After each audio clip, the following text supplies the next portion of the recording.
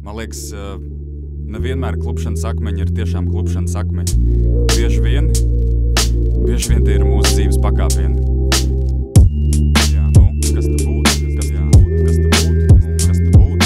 Jā, kas te būtu? Es nezinu, kas te būtu?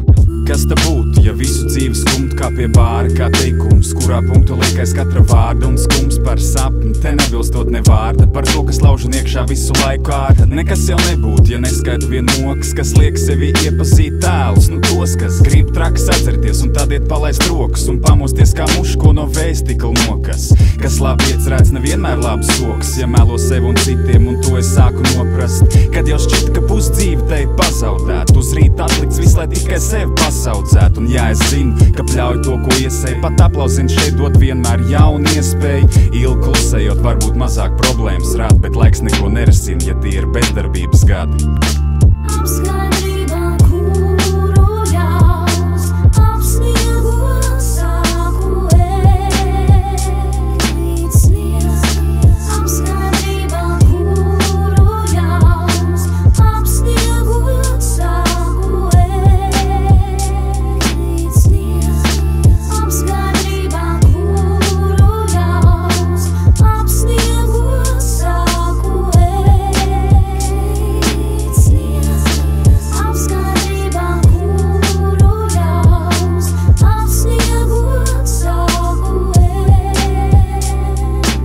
Otrā reizē nesanāks, tad būs jau smagāk, jo pirmo reizi var mierināt, ka nākamreiz būs labāk, bet diemžēl baidoties, ka beigās būs lauziens. Bieži arī sanāk, ka sāp garos tu grauz viens, kam tās asars un neziņas vakūm, it kā sāpes tev padarīt īpašu nahūnu, it kā ciešana dēļ tu kādam kļūs mīļāks, ar šādā attieksmi harmonija diez vai drīz nāks. Ja šo atziņu kāds būtu agrāk man atklājis, šaubos vai problēmas izklātos kā paklājs, jo katram jāpēd ir savs putas sāls, līdz zem kājām ir pamats un nevis mīklains māls.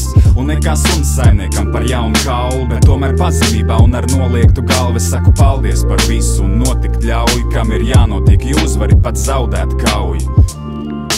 Apskatībā, kuru jaus, apsniegot saku rīt sniegs.